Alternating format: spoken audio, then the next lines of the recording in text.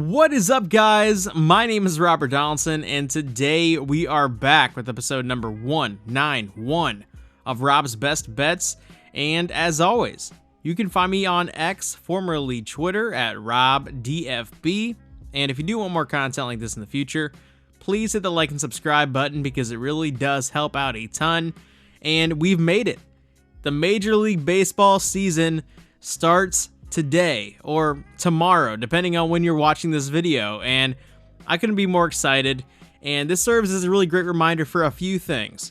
One, make sure that you can possibly line shop. I know a lot of you guys are kind of handicapped not being in a sports betting eligible state, and so your book is your book. But if you are in a sports betting legal state, definitely shop around at multiple books, because during baseball season, man, and this kind of goes for every single sport, but particular baseball, alternate lines are going to be prevalent.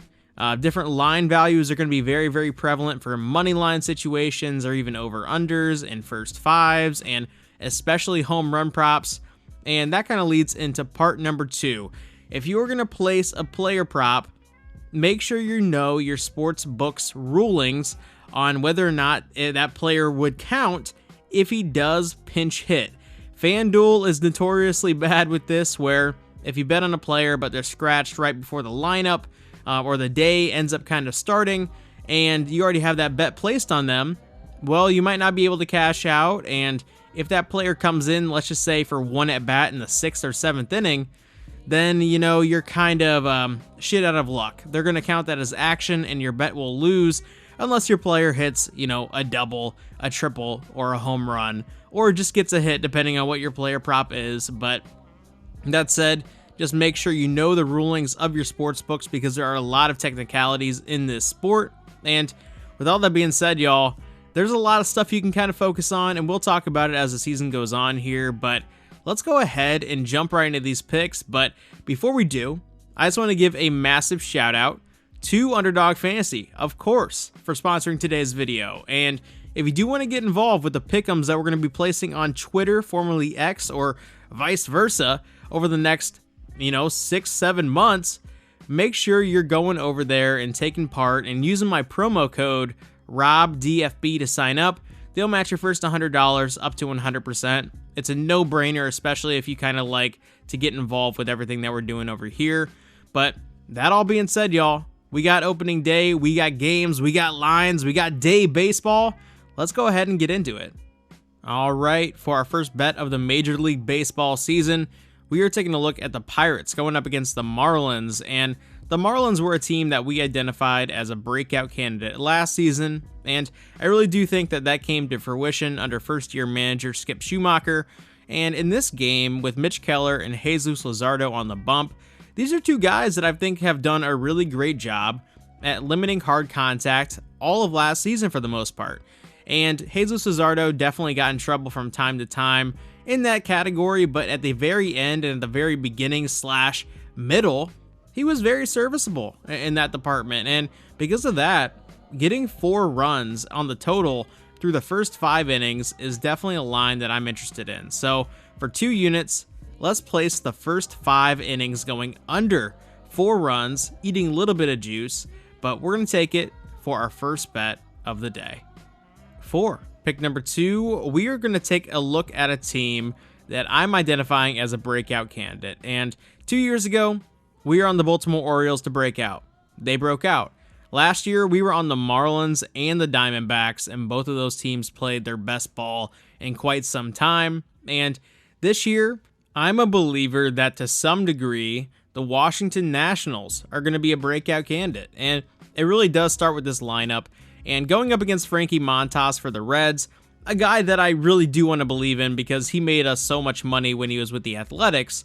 That said, this Nationals lineup is going to be a rude welcome back to Major League Baseball, especially for the first game of the season. And yeah, the temperature in Great American Ballpark might not be ideal, and the weather might not be ideal for this type of setting for an offense, even though it is a very homer-friendly ballpark.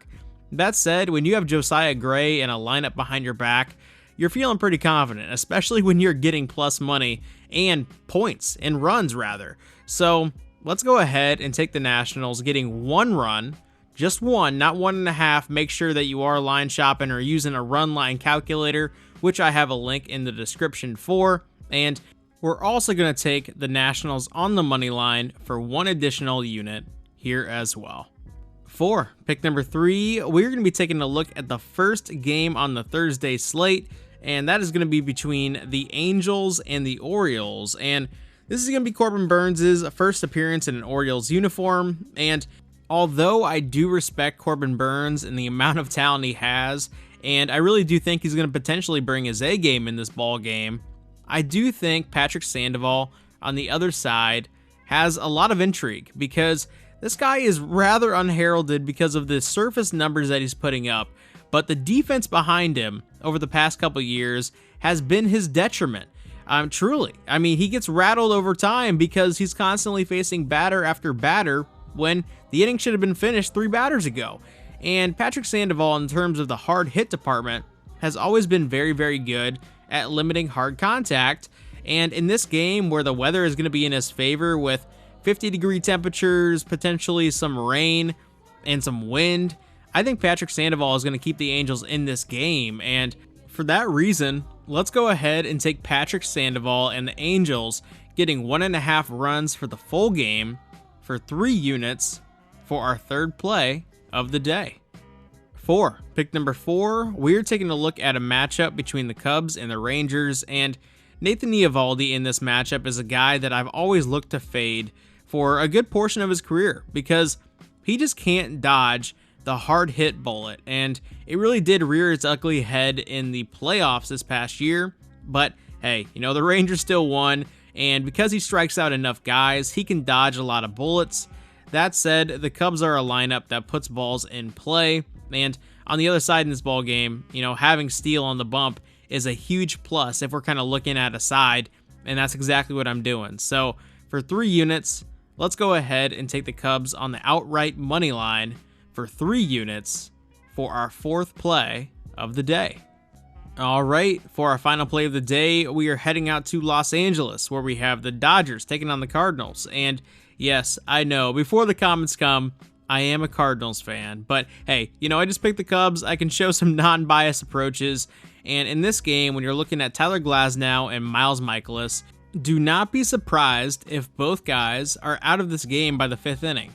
With Glasnow, he has had a lot of issues in terms of going deep into ball games, and although Miles Mikolas has been kind of a workhorse for the Cardinals, he's kind of been a workhorse for the Cardinals because their bullpen was just so bad that who else are you going to put in the game?